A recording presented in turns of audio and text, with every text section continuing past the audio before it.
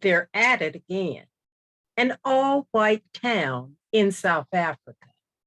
The headline reads, White Residents-Only Town Booms in Rainbow Nation, South Africa. August 11, 2022. I'm Maddie Banks, and this is my report. From a distance, Orania looks like any other small town in rural South Africa. But once inside, the visitor is struck by an obvious difference. Everyone here is white.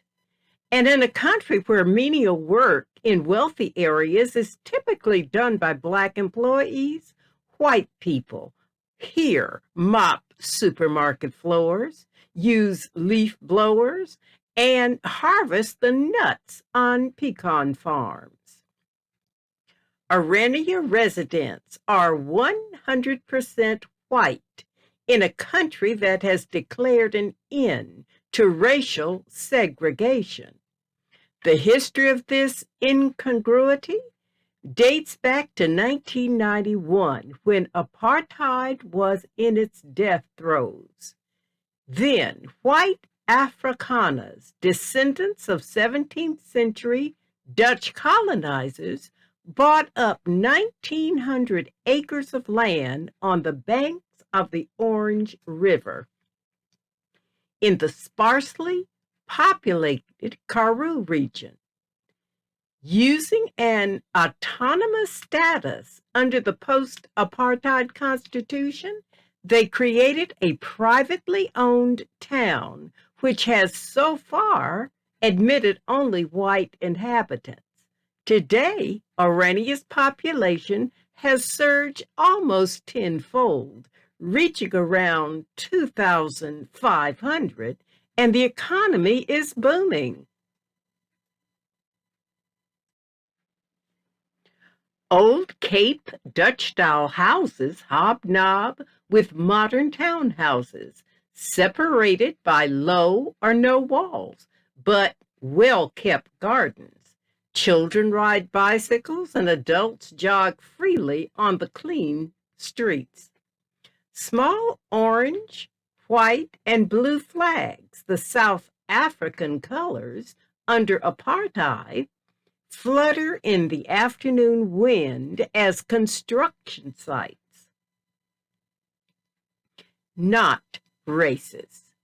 Sensitive to accusations of racism, residents insist they are not apartheid-era nostalgics, but a community pursuing freedom with responsibility. This means, in their view, a community that manages its own affairs, away from the crime, power cuts, dysfunctional local governance, and other problems plaguing South Africa today. Quote, people see Orania and maybe see there are no black workers. And their first idea is, wow, these guys must be racist. That's exactly not the case, says Wynan Boshoff, 52, a pioneer resident. In rich suburbs elsewhere in South Africa, manual jobs are done among almost exclusive Black workers. But Orania says it has broken with colonial and apartheid-era labor practices. Quote, we do our own work, from gardening to cleaning our houses, our own toilets to construction, everything. Orania is the only community that shuns the system of cheap Black labor. Autonomy. Under South Africa's constitution, Orania has the right to self-determination and operates autonomously from central government. It has its own currency, the Ora, pegged 1-to-1 to the rand. The town is also seeking energy independence through solar.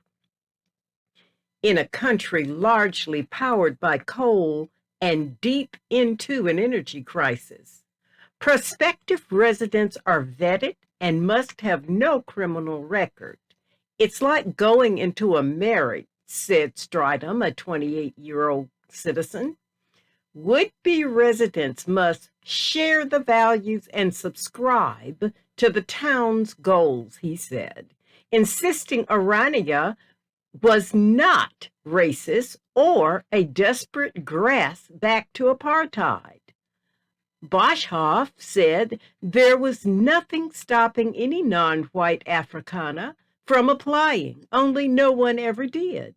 Quote, we haven't found anybody, end quote. A boom. Orania's population has grown by up to 17% annually in recent years. And in 2021, new business creations were up by a quarter. Tourism is one of the main business activities, attracting an average of 10,000 visitors annually.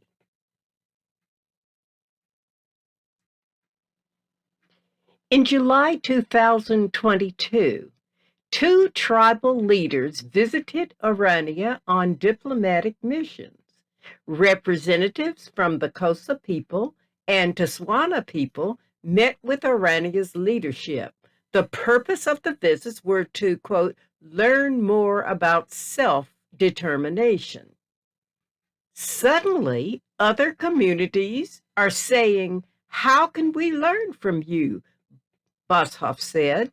The diplomatic visits were captured by AFP journalists. Morocco, the 40-year-old chief of the Tswana ethnic group, said, quote, it was important for me to go, whether right or wrong. There is a success story in there somewhere. Boshoff is the grandson of an architect of apartheid. He argues that Afrikaners created Orania because they needed a place to call home. Quote, every African tribe or clan has a place of its own which they use as a reference point. Orania has become part of South Africa's landscape. Renzi Pisa, a 58-year-old former government worker, relocated to Orania from Pretoria in December. She said that she enjoyed having more social interaction with neighbors on the streets. Quote, it's a community where I can express myself in my own culture, end quote. South Africa's first Black president, Nelson Mandela, strove relentlessly to reconcile the deeply divided country. He visited Orania in 1995 and had tea with Hendrik Verwoerd's widow, who was prime minister under apartheid. A people who were not a people. I often say this about ADOS, American descendants of slavery, wanting a homeland that embraces them where they are left alone. Is this different from the hundreds of ethnic enclaves in America who want to live in a safe place, but maintain homeland dress, language, and values of back home? In this article, Boshoff notes that one African tribe does not seek to reside outside of their tribe jurisdiction. What do we learn from this? That in reality, human ethnic groups embrace their shared roots. This is natural to survival doctrines. So, who is your tribe? By creating a haven where you can feel safe, practice the values and lifestyles residents embrace, where respect and love can grow through positive relationships, then what is the problem? Love, respect, do no harm to others.